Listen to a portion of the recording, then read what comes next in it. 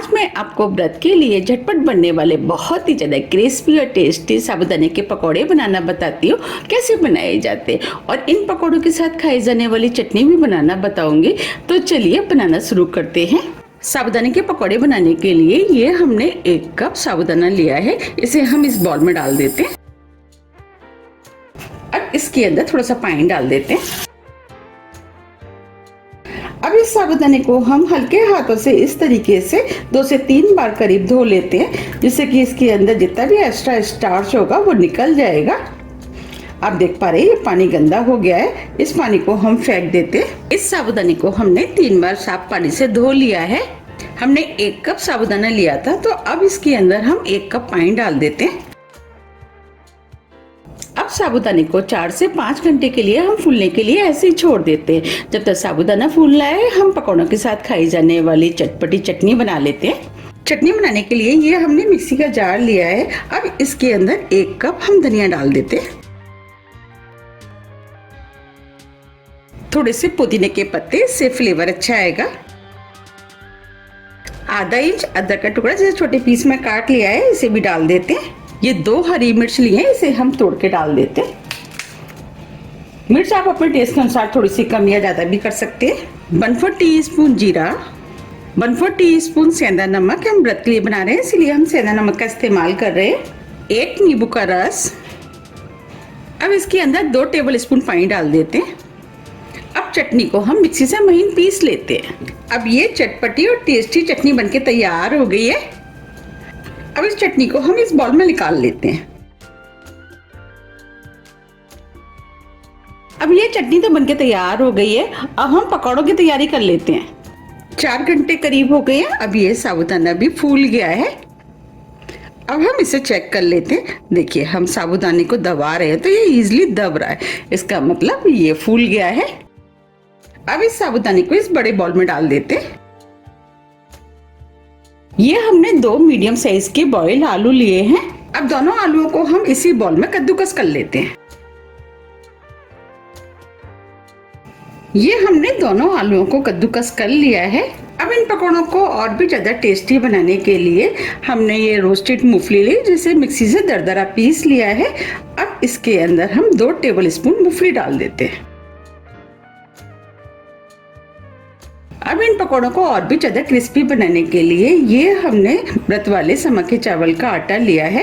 अब इसमें से हम 2 टेबल स्पून आटा इसमें डाल देते हैं। इससे पकौड़े बहुत ही ज्यादा क्रिस्पी बनके तैयार होते हैं। अगर आपके पास समा के चावल का आटा नहीं है, अगर आपके पास समा के चावल है, तो आप इसे मिक्सी से पीस करके आटा बना सकते हैं। 1 टीस्पून अदरक हरी मिर्च का पेस्ट, 1 टीस्पून जीरा, आधी टीस्पून काली मिर्च। मिर्च आप अपने टेस्ट के अनुसार थोड़ी सी कम या ज्यादा भी कर सकते हैं। आधी टीस्पून सेंधा नमक, हम व्रत के लिए बना रहे हैं इसलिए सेंधा नमक का इस्तेमाल कर रहे हैं। नमक आप अपने टेस्ट के अनुसार थोड़ा सा कम या ज्यादा भी कर सकते हैं। अब इसके अंदर हम थोड़ा सा हरा धनिया डाल देते हैं और सभी चीजों को हाथ से अच्छे से मिक्स कर लेते हैं।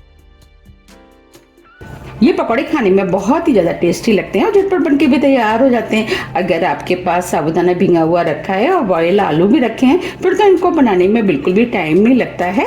ये हमने सभी चीजों को अच्छे से मिक्स कर लिया है। अब हम इसे चेक भी कर लेते हैं। देखिए, हम इसके पकौड़े बनाएंगे तो इजीली पकौड़े बन जाएंगे। तो चलिए अब हम पकौड़ों को फ्राई कर लेते हैं। फ्राई करने के लिए हमने कढ़ाई में ऑयल गरम करने के लिए रख दिया था। अब ये ऑयल गरम हो गया है। इन्हें फ्राई करने के लिए हमें तेज गरम ऑयल चाहिए। हम इसके अंदर से थोड़ा थोड़ा इस तरीके से मिश्रण लेते जाएंगे और कढ़ाई में डालते जाएंगे। पकौड़ों का साइज आप अपने हिसाब से छोटे बड़े बना सकते हैं। जितने पकौड़े कढ़ाई में आएंगे उतने हम डाल देंगे।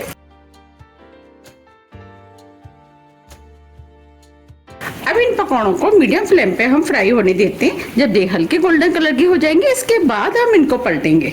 अब ये पकौड़े हल्के गोल्डन कलर के हो गए हैं। अब हम इनको पलट देते हैं और दूसरी तरफ से भी फ्राई होने देते हैं। ये पकौड़े खाने में बहुत ही ज्यादा टेस्टी लगते हैं। आप इन्हें सिर्फ व्रत में नहीं, कभी भी स्नैक्स के रूप में भी बना करके खा सकते हैं। अगर आपके यहाँ पार्टी वगैरह हो रही है तब भी आप इनको बना सकते हैं, सभी को बहुत ज्यादा पसंद आएंगे। अब ये गोल्डन कलर के फ्राई हो गए और क्रिस्पी भी हो गए हैं। अब हम इनको निकाल लेते हैं। अब मैं आपको सुना भी देती हूँ। आप सुन पा रहे हैं, ये क्रिस्पी हो गए हैं। अब इन्हें हम प्लेट में निकाल लेते हैं।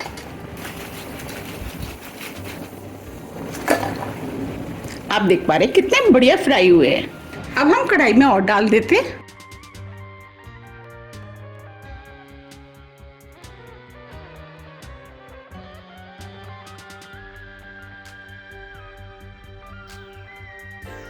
अब इनको भी बिल्कुल उसी तरीके से फ्राई करेंगे जैसे हमने पहले किए थे। अब ये वाले पकौड़े भी फ्राई हो गए हैं। आप देख पा रहे हैं कितने बढ़िया पकौड़े बनके तैयार हुए हैं। आप चाहें तो इसी मिश्रण से कटलेट भी बना सकते हैं। अब मैं आपको कटलेट बनाना बताती हूँ। तो मैं इसके अंदर से थोड़ा सा मिश्रण हाथ में ले लेती हूँ और इस तरीके से हम इसे गोल कर लेते हैं। ये हमने गोल कर लिया है। अब इसे हम कटलेट की शेप देंगे। तो दूसरे हाथ पे इस तरीके से रखते हुए हम इसे ऊपर से दबा देते हैं। देखिए कितना बढ़िया कटलेट बनके तैयार हुआ है। इस तरीके से हम कुछ कटलेट बना लेंगे।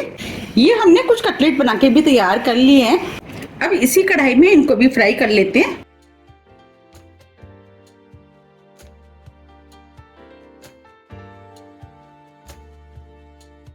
इनको भी हम बिल्कुल उसी तरीके से फ्राई करेंगे जैसे हमने पकौड़ों को फ्राई किया था। अब ये भी फ्राई हो गए और क्रिस्पी हो गए। इन्हें भी हम निकाल लेते हैं।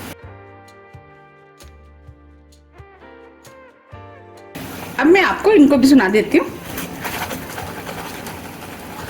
देखिए ये भी क्रिस्पी हो गए हैं। अब इन्हें भी हम पकौड़ों के साथ निकाल लेते हैं।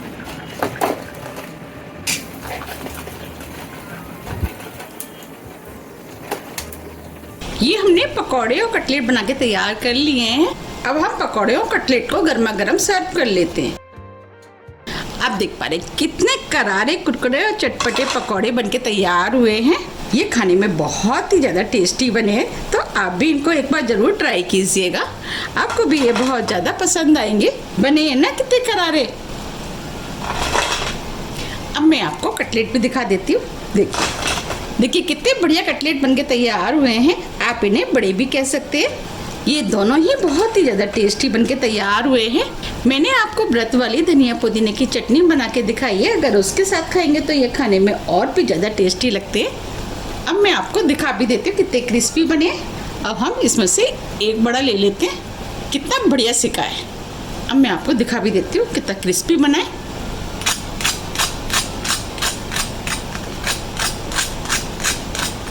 ये ऊपर से क्रिस्पी होते हैं और अंदर से सॉफ्ट। अब मैं आपको तोड़ के भी दिखा देती हूँ।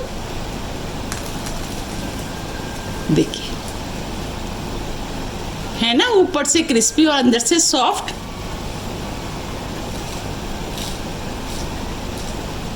और अंदर तक कितने बढ़िया सिके हुए हैं। अब मैं आपको पकौड़ों को भी दिखा देती हूँ। तो इसमें से एक पकौड़ा ले लेती हूँ। देखिए ये भी बहुत बढ़िया सिका है। अब मैं इसको भी दिखा देती हूँ। देखिए ये ऊपर से क्रिस्पी होता है और अंदर से सॉफ्ट। बना है ना कितना क्रिस्पी। अब मैं आपको इसको तोड़ के भी दिखा देती हूँ। देखिए है ना, ये ऊपर से क्रिस्पी और अंदर से सॉफ्ट।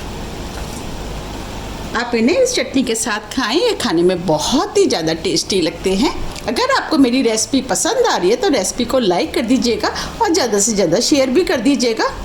अब हम फिर मिलते हैं इसी तरह की टेस्टी रेसिपी के साथ। जब तक के लिए नमस्कार।